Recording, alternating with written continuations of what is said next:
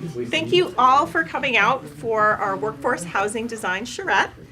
My name is Victoria Laracy. I'm the Executive Director of the Mount Washington Housing Coalition, and we are hosting this Design Charrette with the White Mountain Board of Realtors. We're very grateful for this partnership. This is the third Charrette that they have sponsored, and we have a grant that they support for us from National Association of Realtors, which has covered most of the costs of our Charrette. So thank you, and yay! I also, although it's kind of covered behind our wonderful designs, we have 4 presenting sponsors, which are Bank of New Hampshire, Northway, Settlers Green, and the Memorial Hospital. And our other sponsors include Black Bear Realty, Teresa Bernhardt, Pinkham Real Estate, HEB, Engineers, Cormac Construction, Leone McDonald Roberts, Coldwell Banker Wright Realty, and Hastings Malia. Thank you. Sorry. So thank you very much for them. The Charrette today is an intensive planning session where citizens, planners, and other housing industry collaborate for a division of development. And this exercise demonstrates how the economics of development's need for zoning to be in place in order to achieve affordable housing through the free market. We had 2 properties that our Charrette design teams worked on. One was in Conway at the Tech Center, and I'd like to invite the Conway team up to discuss. Right now. You weren't ready for that. No, I'm always ready. We're just going. We're getting you guys up here because people are here to actually see the designs. I'll hang out on this side. Okay. So this is our wonderful Conway design team, and I'm actually, rather than introducing myself, I'm going to have them each go and introduce themselves along with their profession. Gordon? Gordon Cormac, builder. Mary Seavey, the town of Conway, and also the director for Carroll County RSVP, the Retired Senior Volunteer Program. Teresa Bernhardt, realtor with Pinkham Real Estate and also representative of the White Mountain Board of Realtors. Alan Gould from TD Bank. Michael Charrette, architect. And I'm Josh McAllister with HEB Engineers. And we also had 2 other members on this team, Jacques Couture, who is an architect, and he was unable to stay for the reveal, as well as Graydon Turner, actually the listing agent on this property as well with Pinkham Real Estate. Take it away, Josh. All right. So as Victoria said, our property is within the Technology Village development in Conway. Specifically, we're looking at 3 subdivided lots that are adjacent to the existing Technology Village that comprise of a total of 6.75 acres of land. Our specific project was to look at finding an opportunity for affordable rental housing in the Conways. So just to give a little background on this project, which I'm very familiar with as I've been working on various iterations on this property since 2008. The entire Technology Village development comprises of about 80 plus acres of land, and is part of a business development park. And it was granted a special exception to be a business development park in the residential agricultural district because of its proximity to a highway commercial district. And I mention that because it's somewhat valid in the assumptions that we made moving forward. The entire Technology Village development encompasses this large chunk of land that has 2 pieces of frontage on Route 16. But you'll notice on this blue line, this is the zoning boundary between the residential agricultural boundary and the highway commercial zone. So portions of the property exist in the highway commercial zone, which was the basis for creating the business development park in proximity to the highway commercial zone. So in an effort to look at what we could do here, we started diving into the town of Conway planning and zoning ordinances. One particular thing that we look at when we're doing these charrettes specifically for Housing Coalition is trying to maximize density on properties. So we immediately dove into the residential agricultural density requirements for a property that is served by water and sewer, which this property is. With that, the town of Conway has a requirement of 1 unit for the first half acre of land that you have, and then 1 more unit for every 10,000 square feet of land that you have thereafter. So for the 6.75 acres of land following the residential agricultural zoning for the district that the property is in, we would have been able to have 28 units on this property based on current zoning. We thought that that was going to be a problem, and I'll let Alan tell us a little later why it's a problem. because we're trying to maximize density. So we decided that we would throw out or look for an alternate density for the property, but we'd have to look very far.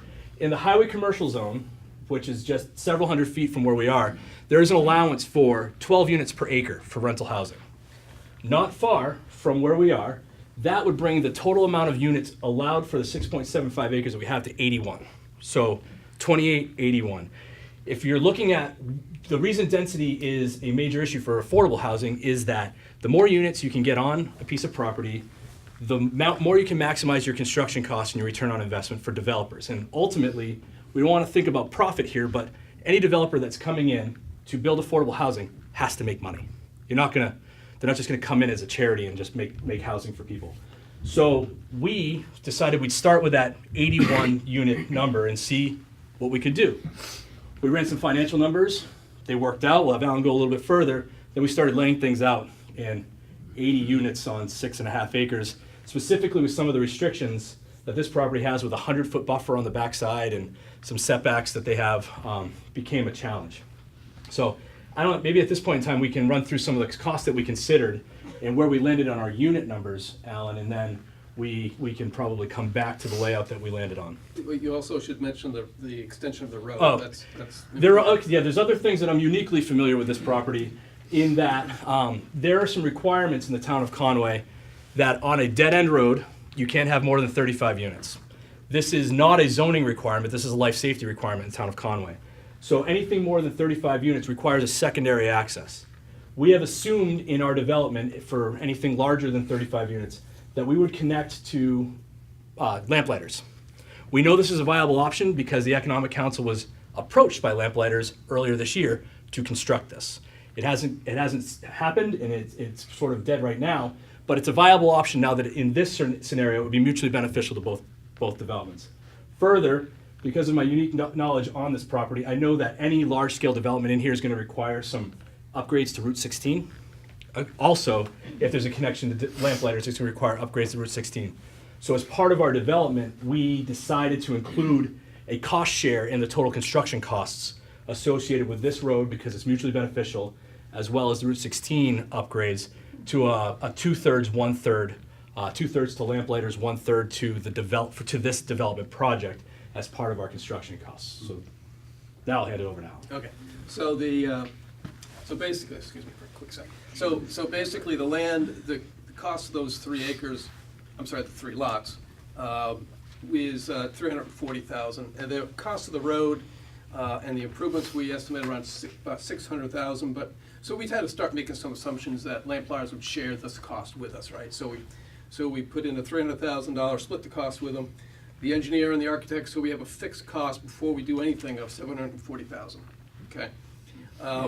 Then we started to play around with the number of units. Our goal was to have 35% of the total units to be the definition of affordable housing. Okay, which is 750 for the 1-bedroom and 850 for a 2-bedroom. So what we tried to do is have 35% of those total units fit that definition, and then mix it with other larger units at a higher price, so the developer can actually try to make this a sound project. So based on these numbers, we worked backwards to get a construction cost on the number of square feet. We did a lot of averaging, and with the 4 or 5 hours we had today, we had to make an awful lot of assumptions, but that was fun. So the total building cost, we ended up with how many buildings? Where's the other? We'll put that up later. There's 20 total buildings. 20 70 total units. buildings, 70 units. So we worked down from 8. We couldn't quite fit 80 units in there viably, right? It just didn't work. So we settled on 70, did some averaging costs, came out to the total construction cost, all in with 7.6 million. And with a certain amount of assumptions, again, by the developer, with the debt service from any type of feasible loan, the numbers actually worked. So that is how it all shook out. Again, we had to make some assumptions, and we just kind of worked backwards into the construction cost. And it should be noted that we started with a 35% affordability, but with rounding, and when we started laying out our units themselves, we ended up with a 29%. 29% of the total units of the 70 we have are ultimately affordable, or by the definition of those numbers fit the affordable model. And when we worked through this several times, you know, we could make the numbers work with 80. It was going to be a much more profitable project for any developer at 80 units. It was also somewhat profitable at 60 units. It did well. But we also decided as an exercise to go back and say, all right, let's do it with the actual regulations and the density of the actual regulations with 28 units. With 28 units, we don't have to do this construction. So that took $340,000 off. So we're sitting at, was it $300,000 off? We were sitting at 440 as a starting number instead of 740. And Alan ran the numbers doing the exact same thing, the magic he did in his head, that's over my head, that it was not even remotely viable. No, it wasn't. In fact, there was a developer that was trying to make it work earlier this year, I think, and the developer basically backed away because he didn't see it to be working. So that was kind of a test to what we figured out today. So ultimately, with all those things in play, what we came up with was a 70-unit development mixed between affordable and what we'll call market rate. Oh boy, is this falling? Yes. Yeah. Just has to be tightened. Affordable and what we'll call market rate units. We have 3-bedroom units at market rate. We have 2-bedroom units at both market rate and the affordable rate, and we have 1-bedroom units at market and affordable rates. And the way we did this, and what this doesn't show is this would require obviously the extension of Technology Lane out to Lamplighters, is we created an interior parking. We used an alternate parking standard. The town of Conway parking standard would require 2 spaces per unit and 140 parking spaces for this overall development. The town of Conway also allows for an alternate parking standard in their ordinance, which I happen to have brought with me today. I don't know if you need it, but I brought it. And that ratio on average nationwide is about 1.4 parking spaces per unit versus the town of Conway's 2 parking spaces per unit. So we were able to bring the 140 parking spaces down to 98 total parking spaces as part of this. Well, I don't know what our total ended up being, but it's 106 is what we ended up. We just fit in what we could. But we're not quite at town of Conway, and we're ahead of what an alternate parking standard would be. The site itself has some interesting topography that falls off to the back, so the roadway is about 10 feet higher than the lower portion of the lot. So the lots that we set up in the front actually have walkout top stories and walkout bottom floors in the back. So you've got 1-bedroom units top and bottom, but you're able to walk out of 2 different levels. And we've tried to provide parking in proximity to all these units so that obviously each of the individuals would have that. Then we have these larger units, larger buildings in the rear of the property that house the 2 and 3 bedroom, units. This meets the green space requirements for the business development park. It meets an alternate parking standard, which is affordable, which is viable through the town of Conway, meets setbacks, meets everything. The only thing that we had to waiver on here was to utilize a density standard from 300 feet away. So it's not even that hard to create a project, or we're not even taking density standards from other towns or just making them up. We're actually using a density standard that the town of Conway has in their ordinance to provide 70 units versus the 28 that the current ordinance would allow. I think that's about it. And we included a community building. Yes, yep. Yeah. So there's a community building, which we larger included in our facility. construction costs. Obviously, there's no rental return on that, but that was part of it. We estimated about $135 a square foot for construction costs, so some of this will be relatively modular and just general grade construction, not a lot of high-end construction, but general grade. And we've got some examples of floor plans for our units here attached to the bottom. Josh, I think depicting what we have for square footage and rental rates is. Sure. The 1-bedroom affordable housing unit rental rate is $750 for a 550 square foot unit. 2-bedroom, $850 for 700 square feet. And then as we bump up to the market units, we have $850 for 600 square feet for a 1-bedroom, $950 for 750 square feet for 2-bedroom, and 3 bedrooms at $1,200 for 1,000 square feet. Some of these units might seem small, but given the need to reduce the square footage of construction costs and the demand for housing in the valley, we're not concerned about these being filled. Teresa? Yes. So I know this is difficult, but do you recall what the return on investment for the developer would be? That was 8%. 8% return on investment.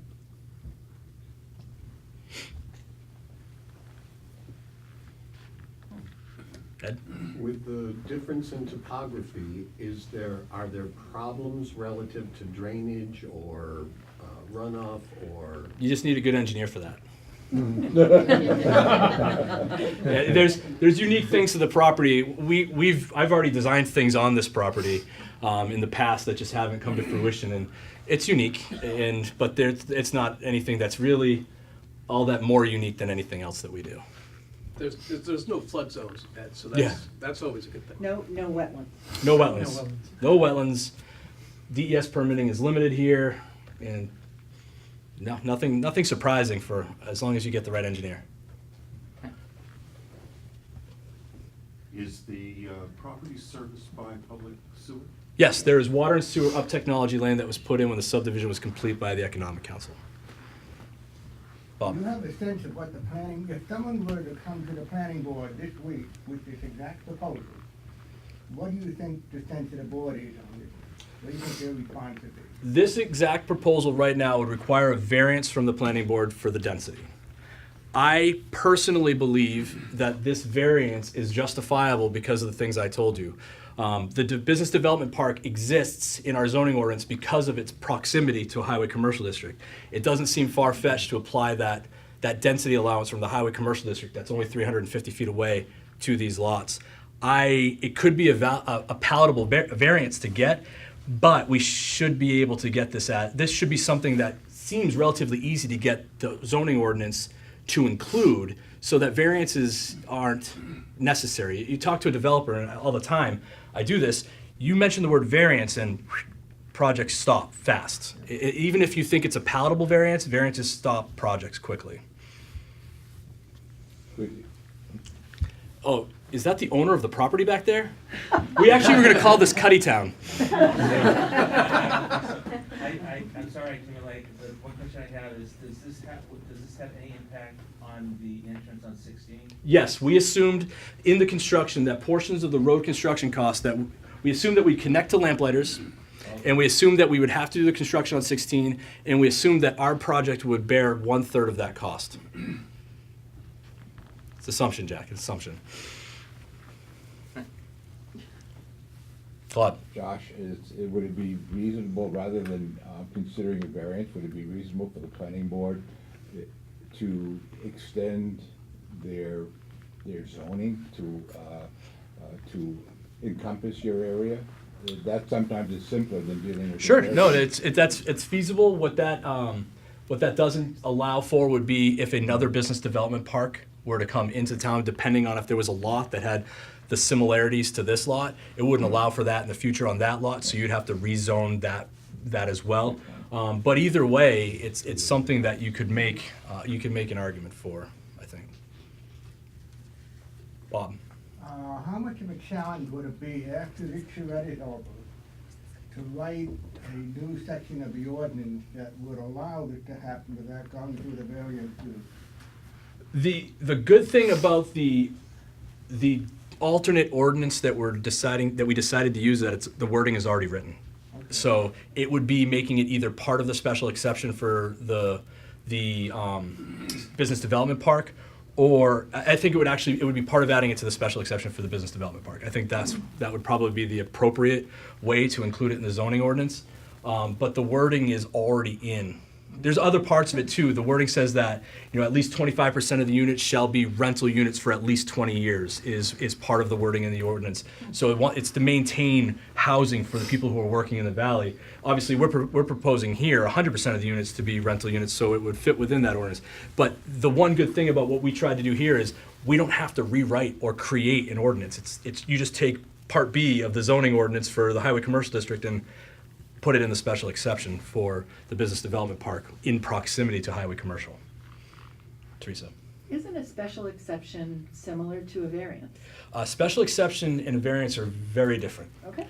because of the ease of obtaining. A special exception has criteria. So independent of what the special exception is, you have specific things that you have to prove to obtain the special exception. For the business development park, there are 10 criteria right now. One of them is 35% green space, no more than 20,000 square feet for parking areas, must be a recreational path, and so on. And you'd have to, once you show that you have all those, it gets approved. A variance, you have to show hardship. What's the hardship here? Oh, we can't make any money? That's not part of the hardship rules. And so there are very specific things with respect to variances and hardships that you have to prove that you don't have to prove when you get a special exception. It's much more concrete what you have to show, and it's not necessarily showing. The term hardship is hard to prove in most cases. And making money So is developers not one of don't them. run from the special exception in the No. same way they run from the variance? No.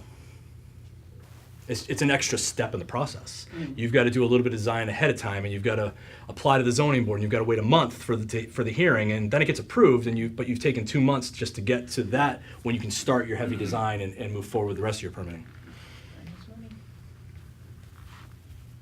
Ed? I just think it's important to remember that we have a select woman as a part of the group that put this together, and that there is no loud objection.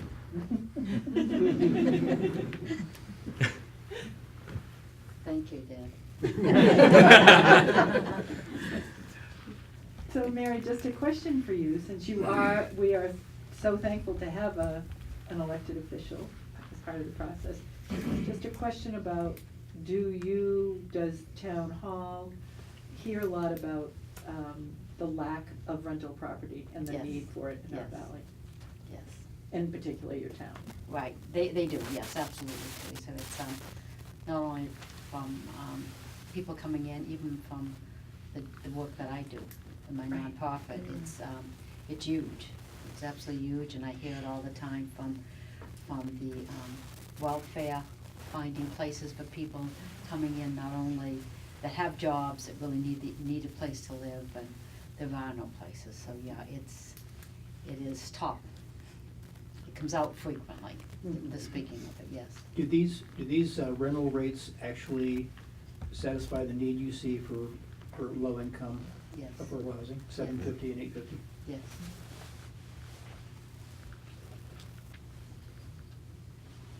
Any other questions?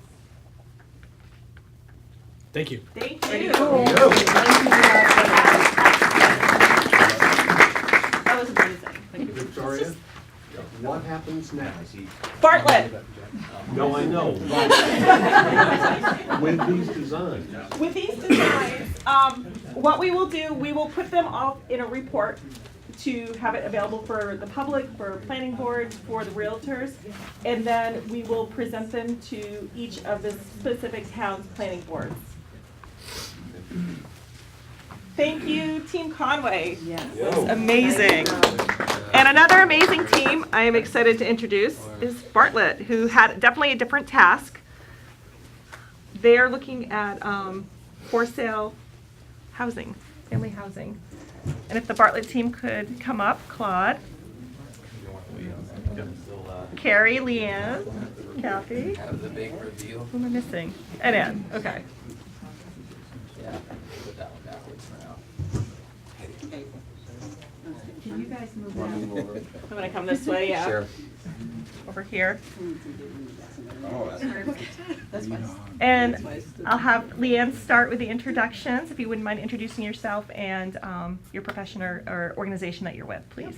My name's Leanne O'Hara. I'm a realtor here with the White Mountain Board of Realtors, and I serve on the board of directors alongside Teresa and several others. I'm Carrie Richards. I work at Coldwell Baker Wright Realty, and I'm also a member of the Housing Coalition. My name is Claude Pigeon. I've had a long career as a builder, and I'm now self-unemployed. Kathy Stacey, Attitash Realty, a member of the White Mountain Board of Realtors, and a Mount Washington Valley Habitat volunteer.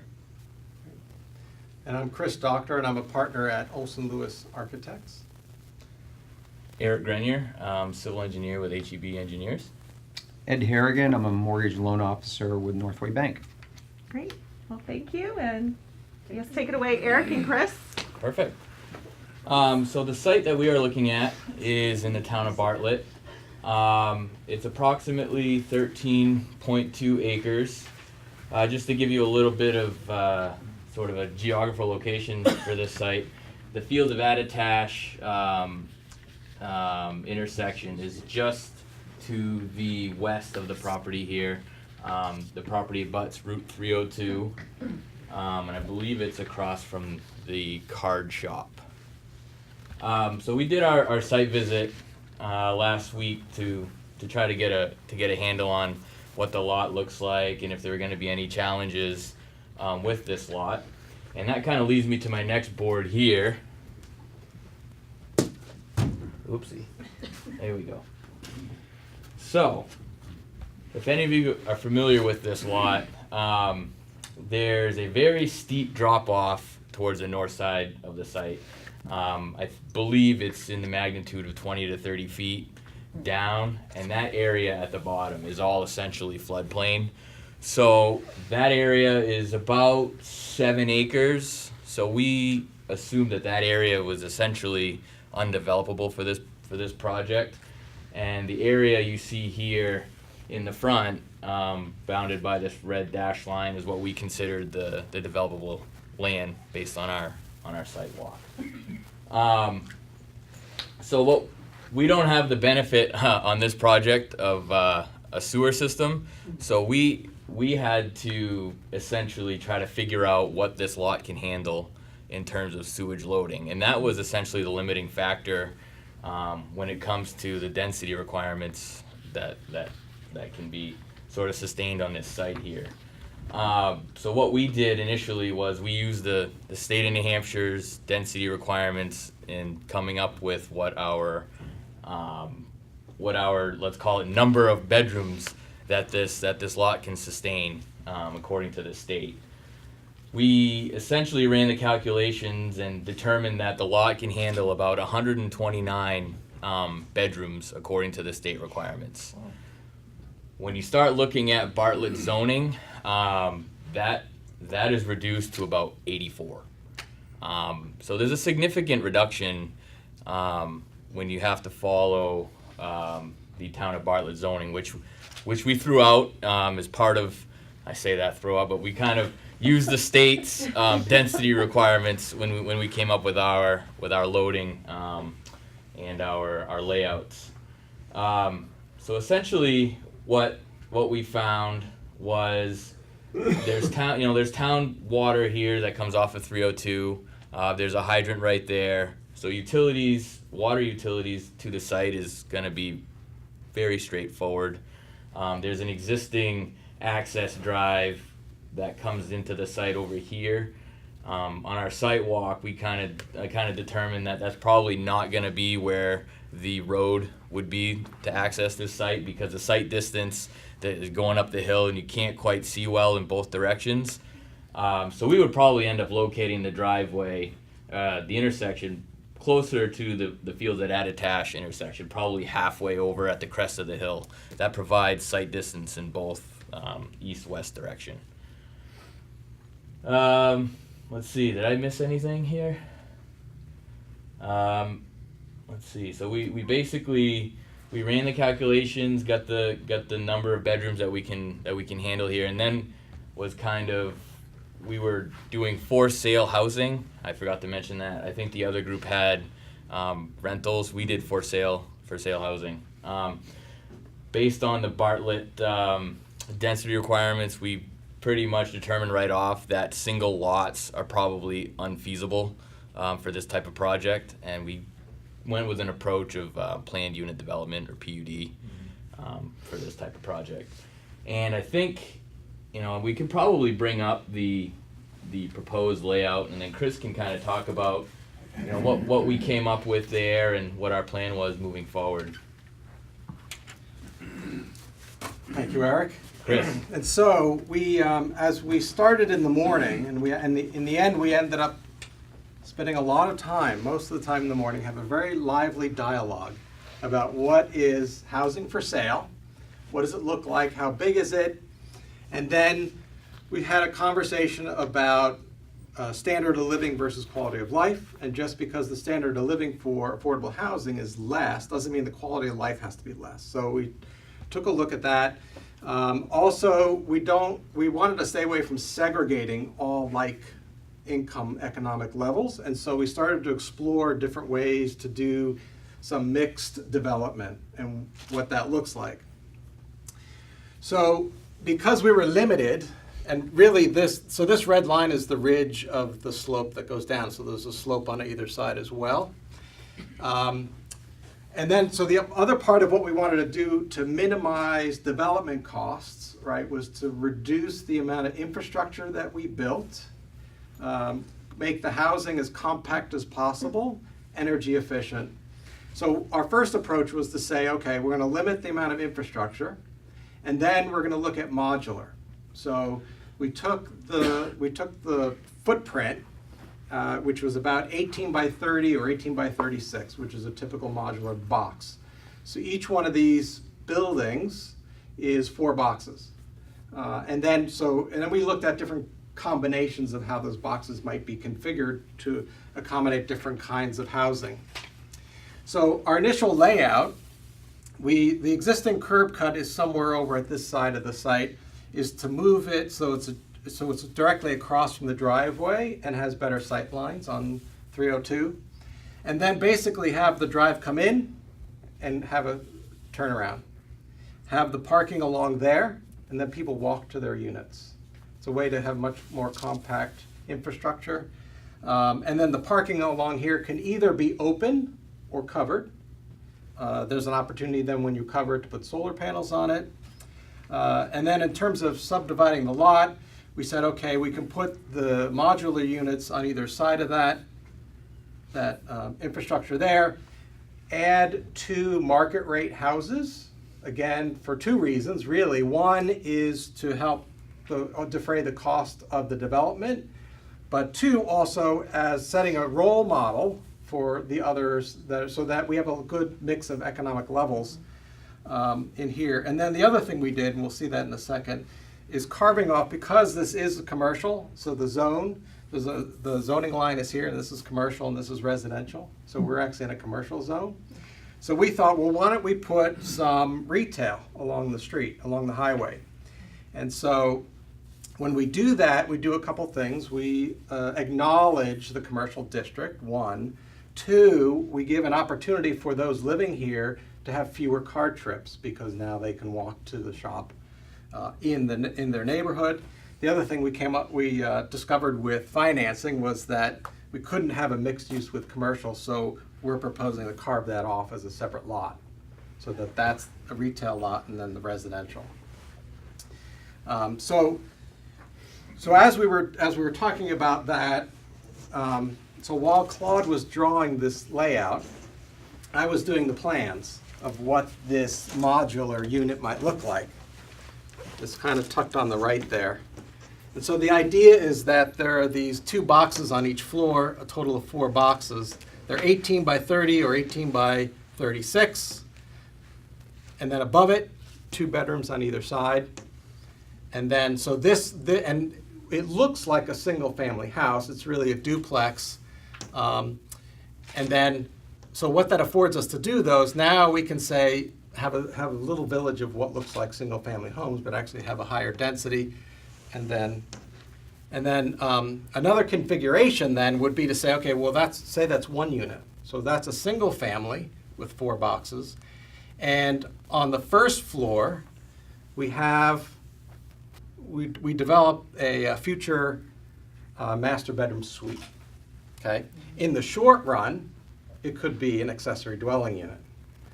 So now that we're providing this affordable housing for a single family house, the person now can have an ADU and have some additional income to help offset the cost of owning that house.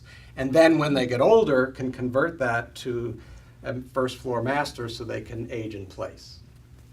So we were looking at trying to incorporate all these different layers of sort of the evolution of families, but also different economic income levels. And then in this unit happens to have 4 bedrooms with the ADU. And then there could be other combinations. But essentially, it would be a village of these kinds of houses.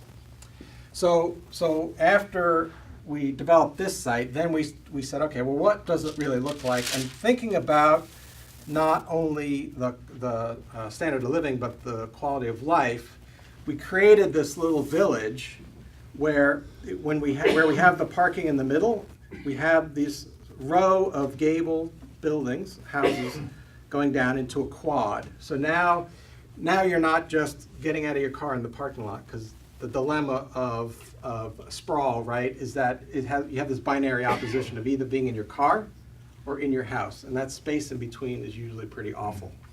So we wanted to change that a little bit. So the parking is out here, and then it's quite a pleasant walk to come into these little quads here where these units are, and then these are the market rate houses, and then this is the retail carved off with 200 feet of frontage there, and then possibly an easement into the development.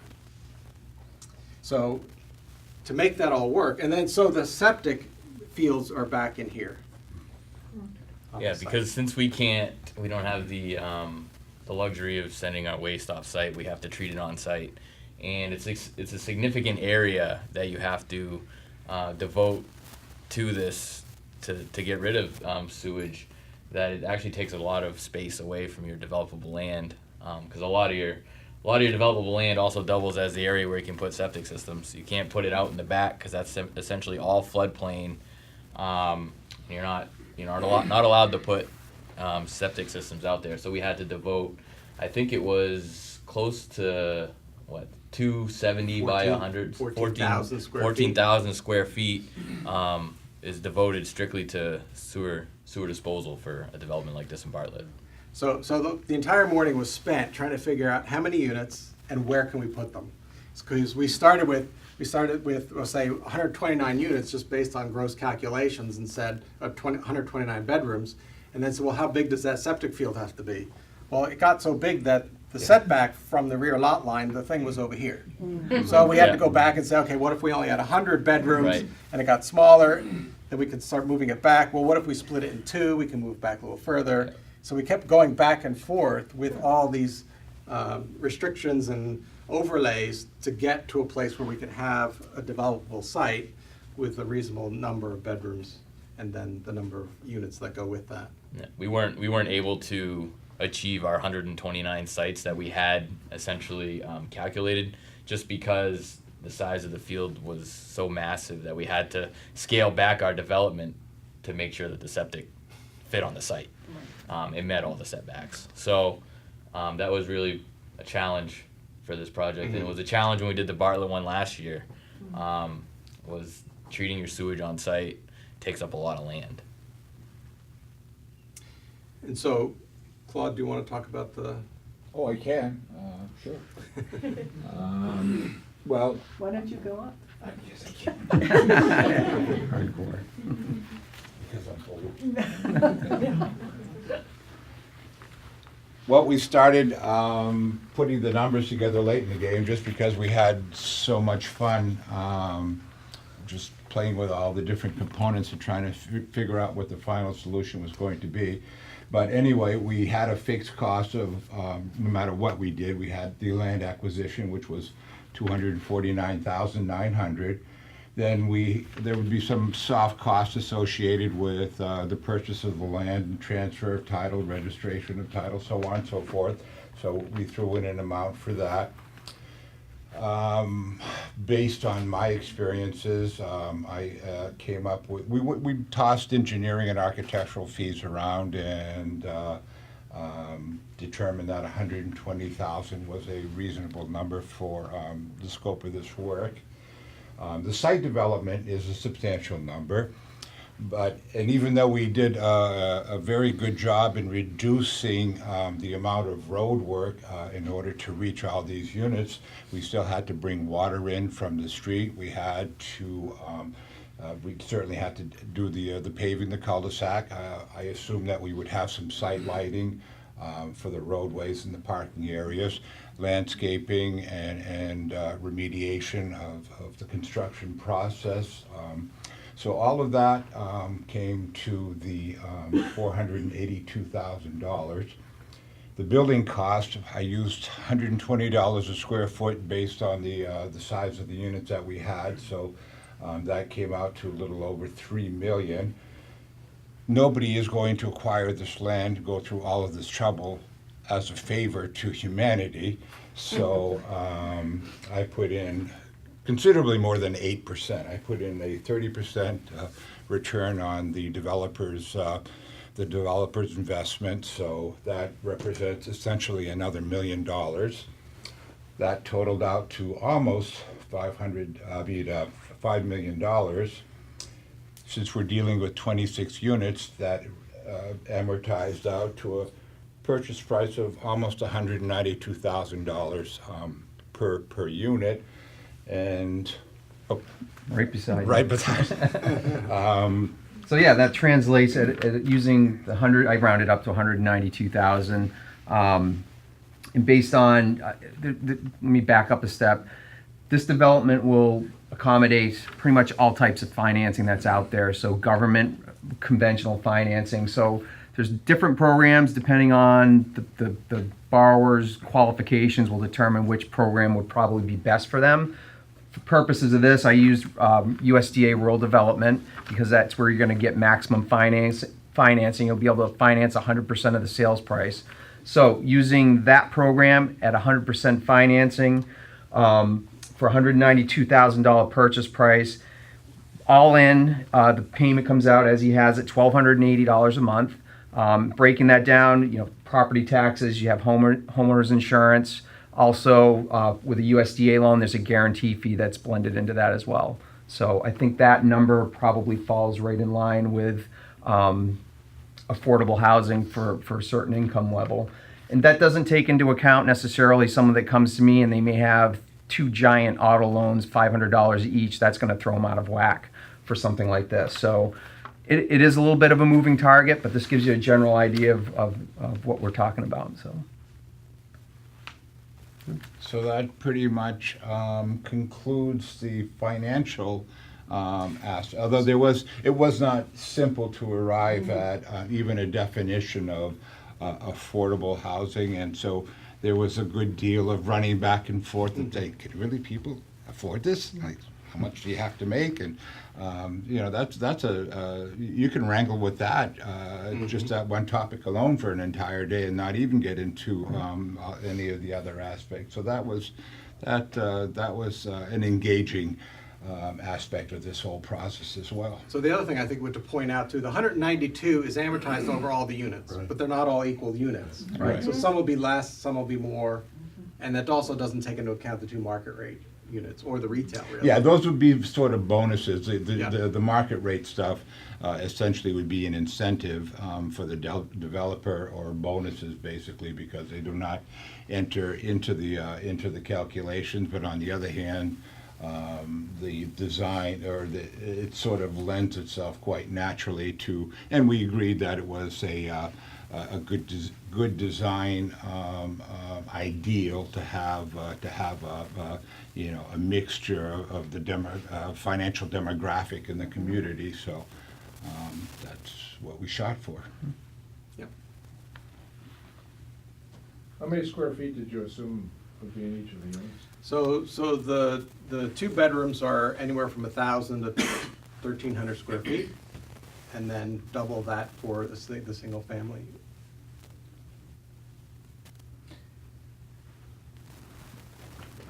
Go backwards. I like the idea of the common way for parked vehicles. One concern I have is the access to service vehicles, getting to the dwelling. So we talked about that, Yeah. and so probably what we would do is in the sidewalks is build them out, maybe have grass pavers on either side of them so that a fire engine could get down there, or some other vehicle. So just following up on Claude's comment about affordability, knowing that we have a number of realtors in the audience, I want to know, what kind of inventory is out there at 192,000? And if it were out there, how long would it be on the market? Realtors. Who was the realtor on this? There's not a lot, and it wouldn't be on very long. Right. Especially something new. Yeah. Turnkey and ready to move in. Right. Right. So that's the thing about affordable housing. Different people in different stage of their lives have different levels of affordability. And where rental property might be more for people just starting out, entry-level workers, service workers, there are young professionals in our region who cannot find a home to buy that they want to buy at that rate. And Teachers. I know of families in Gorham and Berlin who would buy at that rate in order to live closer to work. Yes. This room is 18 by 36. What do you think the dimensions of this room are? Count the tiles, please. 22 feet? 22? And can you factor in, for the accessory dwellings, can you use that income as a borrower? So the income that I was estimating was around 63,000, and again, that's not taking into account somebody that comes to me with debt. So if they have student loans, which is common, it may require higher income. So basically, it's going to depend on that borrower. But Evelyn certainly can chime in on that. The as well. dirtiest little secret out there right now on the ADUs is that Fannie and Freddie do not allow ADU income to be used on a single-family residence mortgage. So although it might be a compensating factor, when Ed and I are looking at a loan, we might see a debt ratio that appears a little high and we know that this exists. We wouldn't be able to sell that loan on the secondary market, which means no FHA, no rural development, no 30-year low fixed rate mortgage. You have to go with a portfolio loan. Portfolio's great, don't get me wrong, a lot of need for that, but it changes the dynamics. So the big discussion now in Washington and with Fannie and Freddie and our housing partners at New Hampshire Housing and those folks that advocate, they are advocating to change that rule with Fannie and Freddie. But the ADUs are great, but we're not quite there yet. How many bedrooms did you end up deciding on for the whole? So we calculated we were able to get 129. We settled on 100. So it was 100. Yeah, we got 100. That kind of maximized. When you come up and look at sort of the site, you'll see the square footage of the septic fields that we had on there, and to try to, we settled on 100. I guess that kind of still makes it, nice, a nice layout and still appealing. So we didn't quite maximize that. How many parking spaces did you get? Almost twice as many as we had units. We weren't precise about it, but basically I laid it out so that every unit would have a guest. One car and two spaces per Two unit. spaces per unit. I think I may have missed this. This does fall within Bartlett's current zoning ordinance? No. It doesn't. So No, number one, the density is too high. There's too much. There's too much on here. And because it's zoned commercial, even if we were to put one single-family house on this entire lot, we'd still have to go before the board because residential on commercial land requires a special exception. So no matter what, this project would require review. What did you say again, is the number of units that could be built with the existing zoning? So with the existing zoning, when you run the calcs, it comes up to about 84 bedrooms. When you go with the state calcs, is 129. We were able to fit 100, so we kind of landed in the middle with that. And that kind of boils down to the town of Bartlett's minimum land area requirement in their zoning ordinance, which you have to count a 2-bedroom residence as a 3-bedroom residence, regardless if you have 2 bedrooms. When you have a dwelling unit when you go with the state calcs, when you have a dwelling unit, you are allowed to count that as a 2-bedroom dwelling unit, so you can get more. So it's so if these were all 2 bedrooms, we would have to count these as 3 bedrooms when we go to do the density calcs in the town of Bartlett. When you do the density calcs according to the state, you're allowed to count these as 2 bedrooms.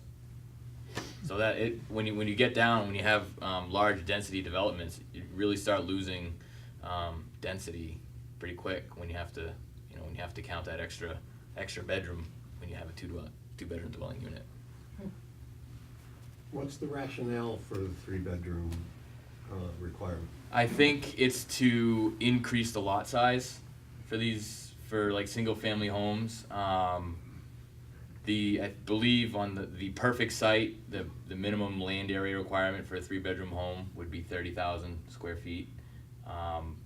For the state, it's less than that. I think it's like 25 something when you get down that low.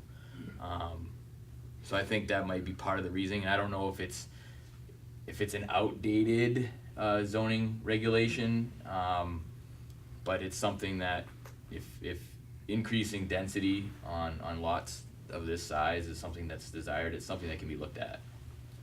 Absolutely. The size of these units is about twice the size of the ones that were developed by the previous group. Twice or 4 times, depending on which ones you're looking at. No, I don't think that's true. You said about 12 or 1,300 square feet was this small size, and twice that for the double units, is that right? It was 1,000 to 1,300 and then double that for the larger unit. So 1,000 to 1,300 is about twice what they were looking at. 550 was the smallest size, I think.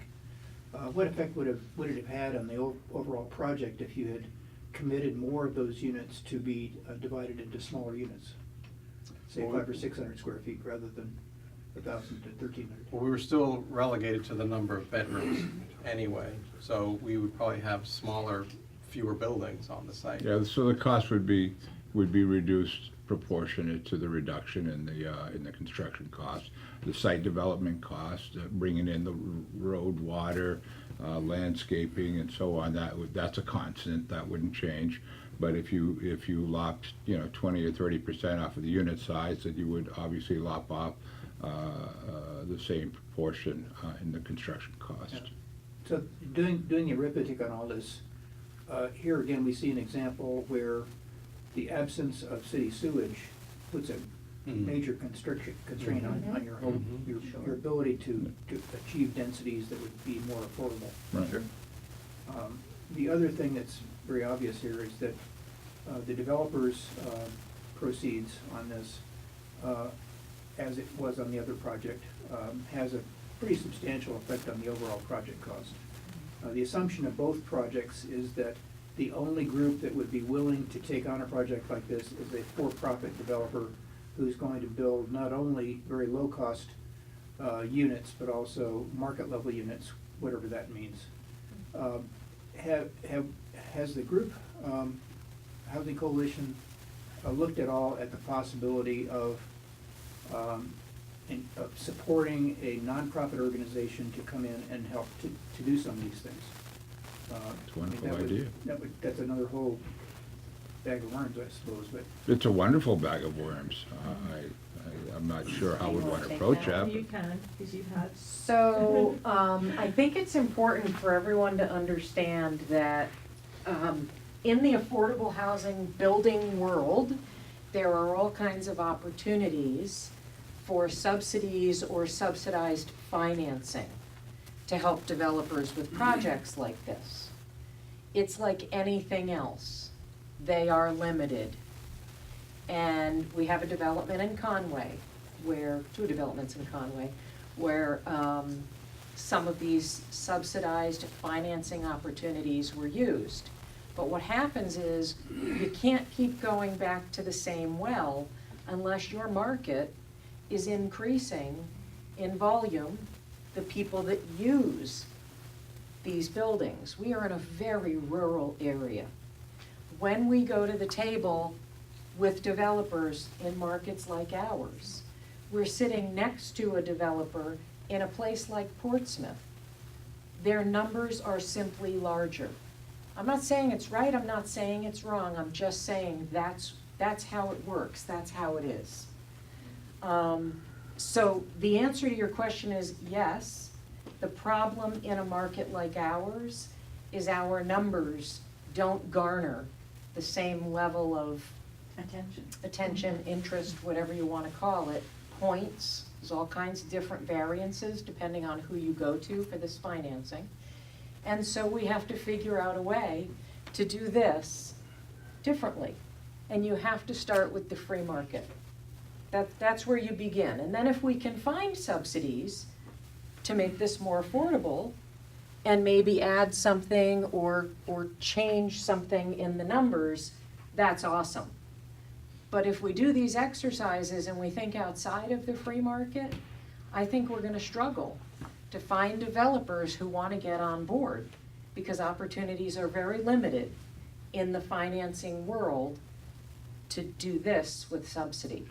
I'm not sure I'm following you. Are you saying that there are too few opportunities for housing units here to attract the volume of construction? Yep, I get it. It comes down to need.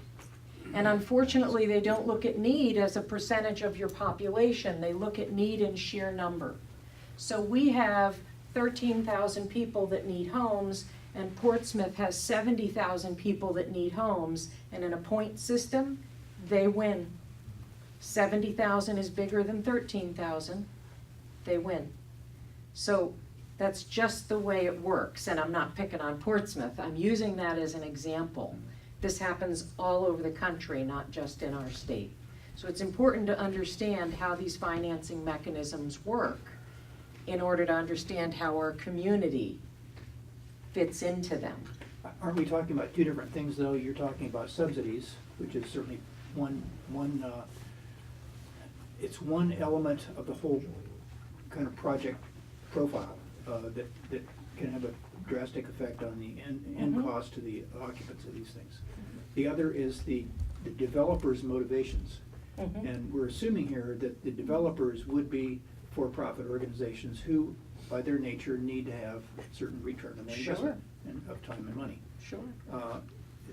There's obviously some benefit to having a nonprofit organization, even excluding. Like AHEAD, we have that, AHEAD. Yeah, that would be Up in Littleton, that would be a perfect example. AHEAD is a nonprofit organization. They focus on housing. They cover Carroll County, Grafton County, and Coos County. And they have built many affordable housing buildings. But they are using the same pool of resources that some of the free market developers are using. Is this what I'm saying? But if somebody Nonprofit or not, we're all going to the same trough to get the investment money to put up the building and the infrastructure. Nonprofit or not. The nonprofit, there's only so many subsidy to go dollars around. to help. And unfortunately, or I don't even know what to say here, the bottom line is, if you can find somebody who has deep enough pockets and a big enough heart to want to say, I will do this and I don't need to make a profit, that's awesome. Bring it on. And that is what AHEAD would, that. that is what AHEAD does, and you would see a reduction. You wouldn't eliminate that that total million entirely, because they need they have a fairly substantial staff, and there's a cost associated with what they do. But you would certainly see a substantial reduction in that $1 million number, and certainly a proportionate reduction in the cost of ownership. So yeah, that's.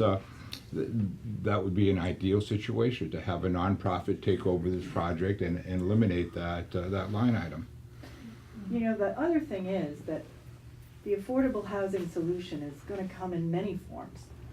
One model is not going to solve the problem, but this model, which is based on improving zoning to be responsive to the needs of the community, is something that we all have control of right here. This is something we can do something about. We can't find, an angel who's gonna come down and, use $7 million to build affordable housing and not make a profit. We probably can't find that. I had Great Bridge Properties, they all go after the same pot of money, and the town of Conway has been fortunate to have 2 developments there. There just isn't enough subsidy to go around. So when we look at what we can all do, we are looking at increasing density through zoning as a possible solution. But there are many parts to the solution. Yeah, and the other thing though that comes up again and again is the effect of town water and sewer on the cost of these projects. And, Absolutely. We've seen in some prior charrettes, and certainly the one we just saw a minute ago, that Conway's infrastructure is getting to the point where it can support more of this kind of thing. Dare I ask what Bartlett's plans are in terms of having town sewer? Anybody? None? Zero? I would tell you that it's probably none. Just it's too sparse a population. But it is valid to say that the North Conway Water Precinct has the capacity For sure. to handle Bartlett's needs. So there are opportunities in the valley if you want to start crossing borders. Can be kind of a new concept for us here in the valley, but it's something to think about, Dan. It really is. It's part of the solution for Right. this, for sure. But here, right now, the more important part of the solution is to change that density requirement for Right. Bartlett to be more what the state requirements now are, not the outdated twice what the state requirements are. That's been the biggest block in both this charrette and the one they did for Better Life Cabins as well. Yeah. For sure. The other thing I heard both groups talk about was the need for parking that's commensurate with the kind of living space that's being developed. And being the rural area we are, most people are gonna have to have 2 cars just to survive. Right. There's no public transportation Right. to depend on, and therefore we have to do it ourselves. This one does project two parking spaces per unit. The other one, I think, was a little short of that, and I'm wondering whether that's realistic. Well, we had a lot of one bedroom units, so, that was more of our justification. I mean, I can see the problem that you would run into on this one is if you decided that instead of having units as large as you had smaller units, your parking would go up, and then all of a sudden you'd be knocking against the same thing we were, that you can't fit your parking and your Right. buildings on the site without going up. Yeah, we ran out of room. Right. And I would actually contend that this Bartlett group, you did a heck of a job at mixing things up. You do actually have some rentals Right. mixed into your purchases here with the ADUs. That was really creative. And it does allow some folks that cannot buy a home or don't want to buy a home to have a rental opportunity up in Bartlett. If they work up at Attitash or wherever, this is a great place for them to lay their head at night. Brilliant. Very creative. There's the word. You got it. Very, You very got it. creative. Did you give any thought to resale? Would there be limitations regarding capping it out? If you're trying to keep it affordable? Owner occupied, that's the only thing we got talked about. Yeah, so that's really more of a larger question about affordability. Right. Right, so are there deed restrictions that Mhm. limit the amount that you can increase the value of the house within so many years and you sell it, so. That was the part of that conversation, And that it must requiring be that they be owner Owner occupied occupied. as well, so that people aren't buying them and they're just renting them out. Or using them as a second home. Right. Is that a characteristic of PDUs, that PDUs have the option PDs. of, Yeah. am I using the right term? PUD. PUD, sorry. That they have the opportunity to impose restrictions on the use of those units that wouldn't necessarily be possible for single unit or standalone units. Is that right? It's a deed restriction, it's probably possible Mhm. even in other. Yeah, it wouldn't have to do with the PUD, it would have to do with the town's allowance of this development and whether the developer and the town agree on certain things that go into that deed in Right. perpetuity. Right. So a developer, but of course, I liked your return on investment, because that's motivating, a 30% return on investment. So in order to get that, he may agree, in order to get the density, to make that restriction owner-occupied housing, so that we don't have second homeowners. Bartlett is a great location for primary and secondary homes, for them coming up, rushing to buy all these homes. If it's owner-occupied, that wouldn't happen.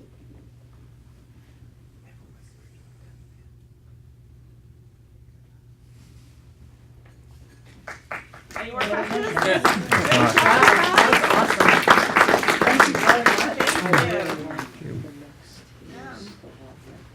And thank you all for coming. We will have the report within a month, online and in print for you, as well as we'll be presenting to the Bartlett and Conway Planning Board. Thank you.